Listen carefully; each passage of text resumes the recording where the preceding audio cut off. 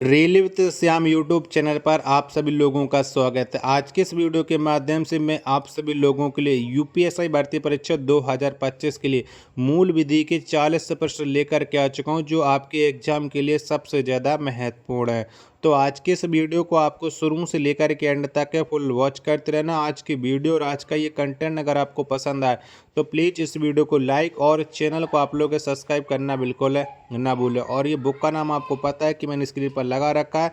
ये youth publication के द्वारा ये बुक लॉन्च की गई, जो यूपीएससी एग्जाम 2025 के लिए बहुत ही ज़्यादा महत्वपूर्ण। चलिएगा फिर शुरू करते हैं। तो पहला प्रश्न आ जाता है कि जमींदारी देन है, तो बताओ कौन से देश की देन हो जाती है जमींदारी देन। तो इस देन को कहा जाएगा, ये अंग्रेजों की देन है। पहले प्रश्न का सी ऑप्शन देने वालों का राइट आंसर हो जाएगा। नेक्स्ट प्रश्न है प्रश्न संख्या 2 है कि अधिकार का अस्तित्व निम्नलिखित में से किस पर आधारित है। तो बताओ ये किस पर आधारित हो जाएगा, अधिकार का अस्तित्व। 2 नंबर प्रश्न का राइट आंसर क्या हो जाएगा, तो ये उपचार पर आधारित होता है। 2 का बी ऑप्शन देने वालों का राइट आंसर हो जाएगा। अगला प्रश्न है प्रश्न संख्या 3 है आपके सामने कि निम्नलिखित में से कौन सी जनहित याचिका जीवन के अधिकार रहने वालों का मामला भी कहा जाता है को संदर्भित करती है। तो बताओ ये किस मामले को संदर्भित करती है। 3 नंबर प्रश्न का राइट आंसर क्या हो जाएगा। 3 के चारों ऑप्शन आपकी स्क्रीन पर शो रहा है, तो इसका संबंध हो जाएगा वोल्गा टेलिस बनाम बॉम्बे नगर निगम। 3 का सी ऑप्शन देने वालों का राइट आंसर हो जाएगा। अगला प्रश्न प्रश्न संख्या 4 है कि सूची 1 का सूची 2 को मिलान करना है और सम्मिलित कीजिएगा। यानी सूची 1 का सूची 2 से आपको मिलान करना है, तो चलिएगा मिलान करते हैं। फिर 4 नंबर प्रश्न का राइट आंसर है वो आपको मैं बता देता हूँ, ठीक है। और वीडियो अगर आपको पसंद आ रही होगी तो प्लीज़ आप लोग इस वीडियो को लाइक और चैनल को आप लोग सब्सक्राइब करना बिल्कुल ना भूलें। तो ट्रोजन का मिलान किससे हो जाता है, तो ट्रोजन का मिलान हो जाएगा आपका प्राधिकृत प्रोग्राम की जगह जारी करना, यानी ए का मिलान हो जाएगा एक के साथ। सलामी आक्रमण का जो मिलान हो जाएगा वो हो जाएगा वित्तीय प्रयोजन के लिए हेराफेरी 2 के साथ मिलान। डेटा डिगलिंग का मिलान हो जाएगा आपका अवैध या अनागृत डेटा प्रवेश 3 के साथ। वेब जैंकिंग का मिलान हो जाएगा, लास्ट बता है डी वाला बलपूर्वक है। तो यानी 1 2 3 4 कौन से विकल्प में, तो ये हो जाएंगे आपके पहले विकल्प में। 4 का ए ऑप्शन देने वालों का राइट आंसर हो जाएगा। 5वें नंबर का प्रश्न आ जाता है कि डॉट डॉट एक प्रकार का साइबर अपराध जिसका उपयोग साइबर अपराधी एक सिस्टम या नेटवर्क प्रतिबंधित करने के लिए करते हैं। तो बताओ ये कौन सा एक प्रकार का साइबर अपराध हो जाएगा। प्रश्न संख्या 5 का राइट आंसर आपको देना है। 5 के चारों ऑप्शन आपकी स्क्रीन पर शो रहा है, तो इसका राइट आंसर हो जाएगा डिस्ट्रीब्यूटेड डीएनएल अटैक है, यानी 5 का ए ऑप्शन देने वालों का राइट आंसर हो जाएगा। 6वें नंबर का प्रश्न है आपके सामने कि सूचना प्रौद्योगिकी अधिनियम 2000 में अनुसूचियों की संख्या है। तो बताओ कितनी अनुसूचियां हैं। 6वें का राइट आंसर क्या हो जाएगा, तो इसमें अनुसूचियों की संख्या हो जाएगी 2। 6 का बी ऑप्शन देने वालों का राइट आंसर हो जाएगा। आशा और उम्मीद करता हूँ वीडियो यहाँ तक आपको पसंद जरूर आई होगी।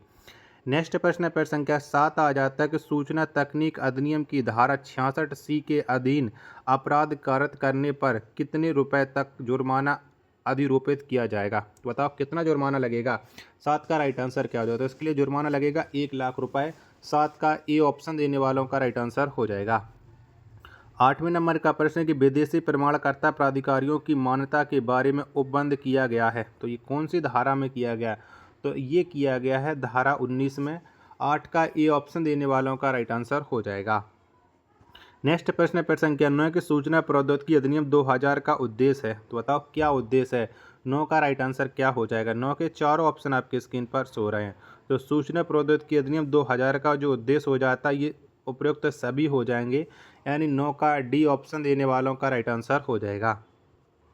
प्रश्न संख्या 10 है आपके सामने किस संविधान संशोधन अधिनियम द्वारा अनुच्छेद 22 के खंड 4 और 7 में संशोधन कर निवारक विधियों के क्षेत्र को सीमित किया गया है। तो ये कौन सा अनुच्छेद के द्वारा किया गया है। 40 का राइट आंसर क्या हो जाएगा, तो ये किया गया है अनुच्छेद 44 में संविधान संशोधन द्वारा। 10 का सी ऑप्शन देने वालों का राइट आंसर हो जाएगा।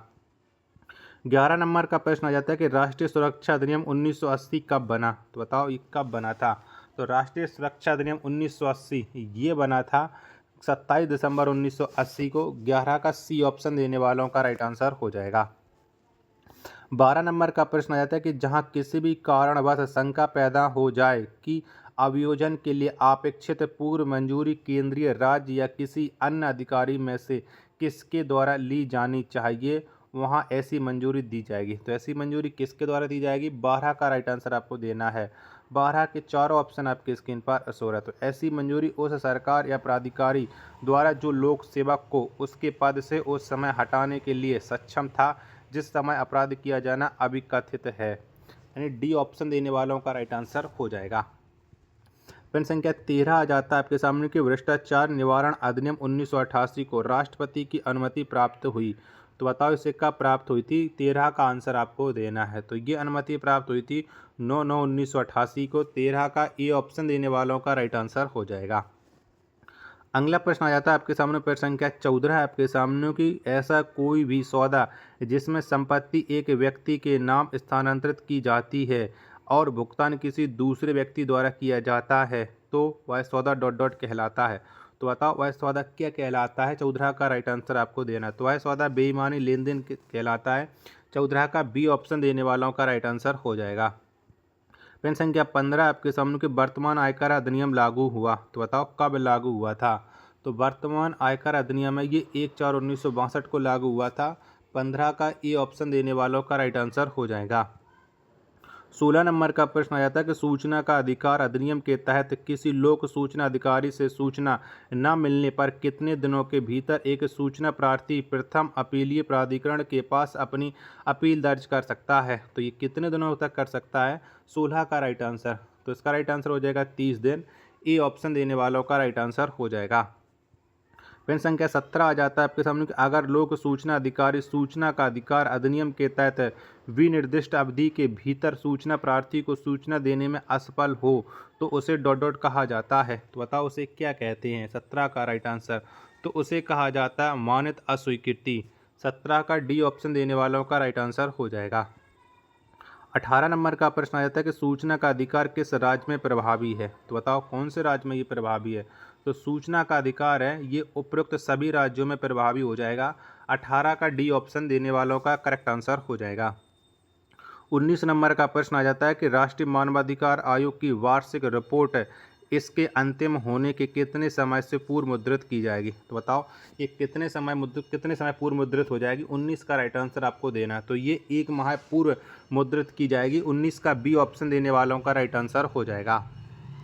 प्रश्न संख्या 20 आ जाता है कि मानव अधिकार संरक्षण अधिनियम 1993 की किस धारा में सद्भावना पूर्वक की गई कार्रवाई के लिए संरक्षण का प्रावधान किया गया है? तो ये कौन सी धारा के तहत किया गया है? 20 का राइट आंसर आपको देना है। 20 के चारों ऑप्शन आपकी स्क्रीन पर शो रहा है। तो इसका संबंध हो जाएगा धारा 38। सी ऑप्शन देने वालों का राइट आंसर हो जाएगा।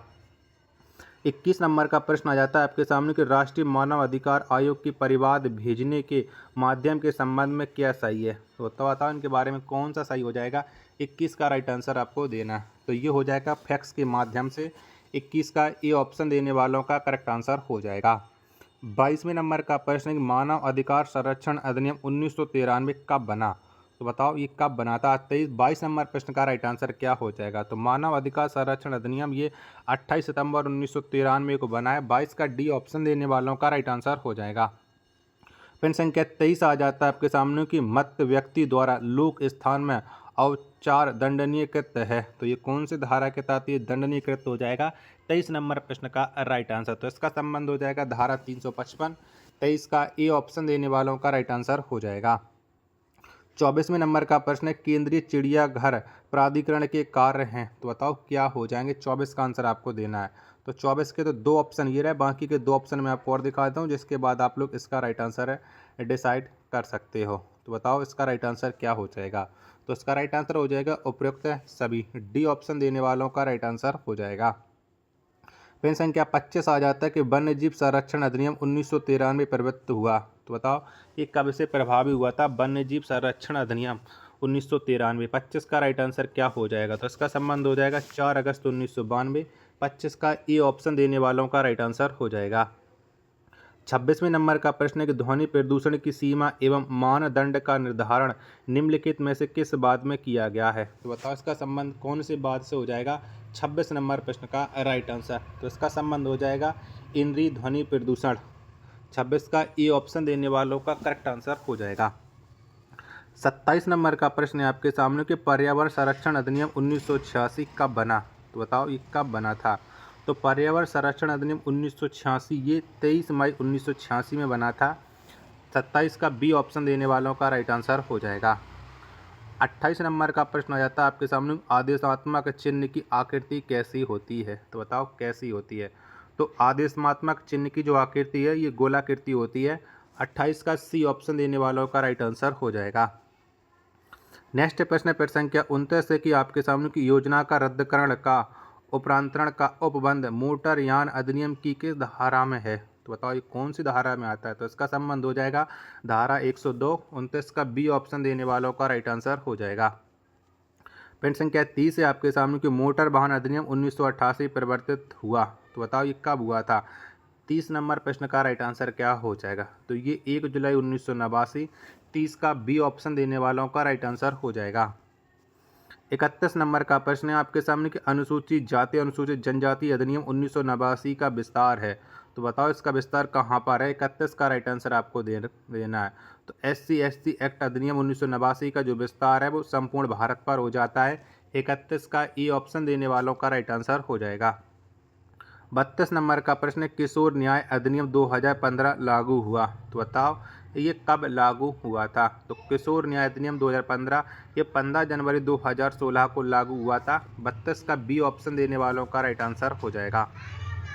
33 नंबर का प्रश्न है आपके सामने घरेलू हिंसा से महिलाओं का संरक्षण अधिनियम 2005 का विस्तार है। तो बताओ इसका विस्तार कहाँ पर है। 33 नंबर प्रश्न का राइट आंसर क्या हो जाएगा। तो इसका विस्तार हो जाता है संपूर्ण भारत पर। 33 का ई ऑप्शन देने वालों का राइट आंसर हो जाएगा। 34 नंबर का प्रश्न है आपके सामने कि प्रतिकर भुगतान संबंधित है। तो बताओ किससे संबंध रखता है ये प्रतिकर भुगतान। 34 का राइट आंसर क्या हो जाएगा। तो इसका संबंध हो जाएगा धारा 357। 34 का ए ऑप्शन देने वालों का राइट आंसर हो जाएगा। आशा और उम्मीद करता हूँ आप सभी लोगों को ये वीडियो जरूर पसंद आ रही होगी। तो प्लीज़ वीडियो को लाइक और चैनल को आप लोग सब्सक्राइब करना बिल्कुल ना भूलें। अगला प्रश्न संख्या 35 आ जाता है कि पत्नियों बच्चों और माता पिता के भरण पोषण के लिए आदेश CRPC की धारा ... के तहत जारी किया जा सकते हैं। तो ये CRPC कौन सी धारा के तहत ये आदेश जारी किए जा सकते हैं। 35 का राइट आंसर क्या हो जाएगा। तो इसका संबंध हो जाएगा धारा 125 से। 35 का ए ऑप्शन देने वालों का राइट आंसर हो जाएगा। 36 नंबर का प्रश्न है आपके सामने कि दंड प्रक्रिया संहिता 1973 को राष्ट्रपति द्वारा स्वीकृति कब प्राप्त हुई। तो बताओ इसे राष्ट्रपति के द्वारा स्वीकृति कब मिली थी। 36 का राइट आंसर क्या हो जाएगा। तो इसको 25 जनवरी 1974 में स्वीकृति प्राप्त हुई थी। 36 का बी ऑप्शन देने वालों का राइट आंसर हो जाएगा। 37 नंबर का प्रश्न आ जाता है आपके सामने कि बिरसा सिंह बनाम पंजाब राज्य का वाद संबंधित है। तो बताओ इसका वाद विवाद वो किससे संबंध रखता है। 37 नंबर प्रश्न का राइट आंसर क्या हो जाएगा। तो इस बात का संबंध हो जाता है हत्या से। 37 का बी ऑप्शन देने वालों का राइट आंसर हो जाएगा। नेक्स्ट प्रश्न संख्या 38 आ जाता है आपके सामने कि पागलपन के प्रभाव में बी के प्राण लेने का प्रयास करता है। तो बताओ इसमें से कौन सा प्रश्न राइट आंसर हो जाएगा। 38 के चारों ऑप्शन आपकी स्क्रीन पर शो रहा है। तो बी बा को आत्मरक्षा का अधिकार है यद्यपि पागल है। यानी 38 का बी ऑप्शन देने वालों का करेक्ट आंसर हो जाएगा। नेक्स्ट प्रश्न संख्या 39 से आपके सामने कि महबूब शाह का बाद आधारित है। तो बताओ महबूब शाह का बाद किससे संबंध रखता है। 39 का राइट आंसर क्या हो जाएगा। तो इसका संबंध हो जाता है सामान्य आशय से। 39 का ए ऑप्शन देने वालों का राइट आंसर हो जाएगा। प्रश्न संख्या 40 से आपके सामने कि भारतीय दंड संहिता 1860 को अधिनियमित किया गया था। तो बताओ इसे कब अधिनियमित किया गया था। भारतीय दंड संहिता 1860। 40 का राइट आंसर क्या हो जाएगा। तो इसका संबंध हो जाएगा 6 अक्टूबर 1860 को। 40 का ए ऑप्शन देने वालों का राइट आंसर हो जाएगा। आशा और उम्मीद करता हूँ आप सभी लोगों को ये वीडियो ज़रूर पसंद आ रही होगी। तो प्लीज़ इस वीडियो को लाइक और चैनल को आप लोग सब्सक्राइब करना बिल्कुल ना भूलें। मिलते हैं नेक्स्ट वीडियो के साथ। तब तक के लिए धन्यवाद। जय हिंद, वंदे मातरम।